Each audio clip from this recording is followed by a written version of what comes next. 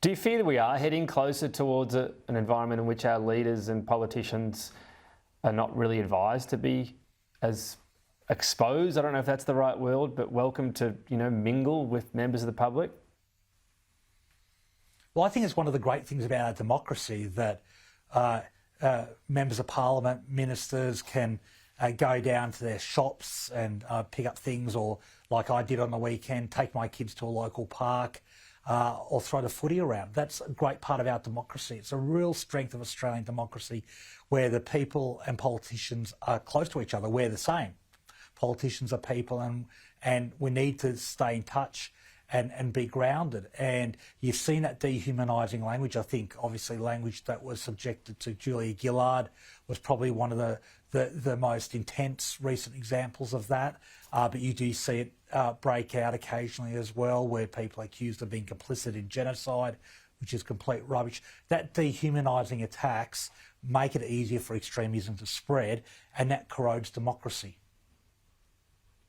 Does it give you any sort of pause for thought as well around attacks that, the personal never works around? It might get pretty willing in Parliament, but just to pause and think, well, let's not go the person?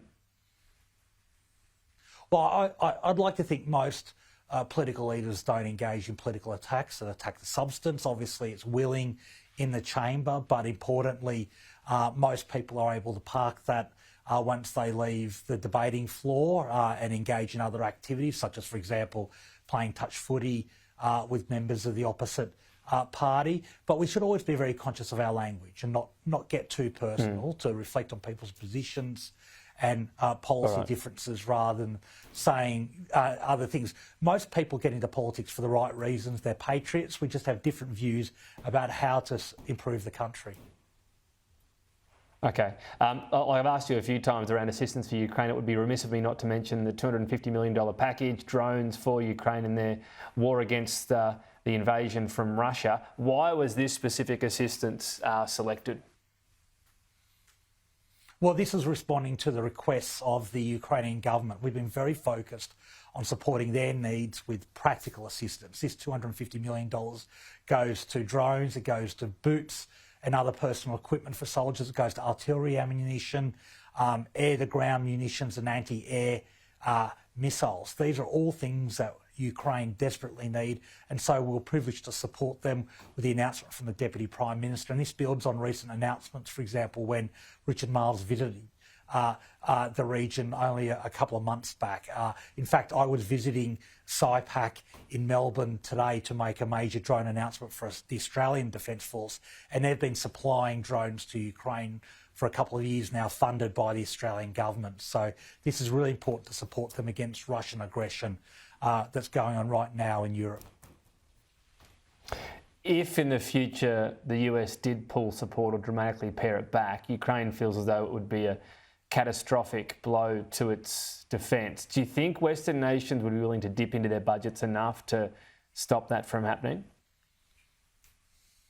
Well, I'm not going to get into hypotheticals about future policies or potential policies in the United States, but what I can say is that there is a huge resolve in Europe and the United States to support Ukraine against Russian aggression.